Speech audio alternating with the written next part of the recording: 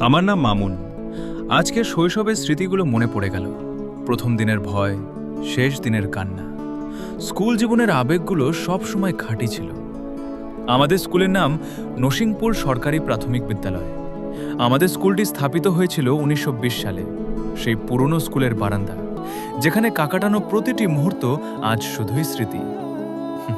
স্কুলের সেই সোনালি দিনগুলো, যেখানে সবচেয়ে বড় চিন্তা ছিল হোমওয়ার্ক আর সবচেয়ে বড় আনন্দ ছিল বন্ধুদের সাথে আড্ডা।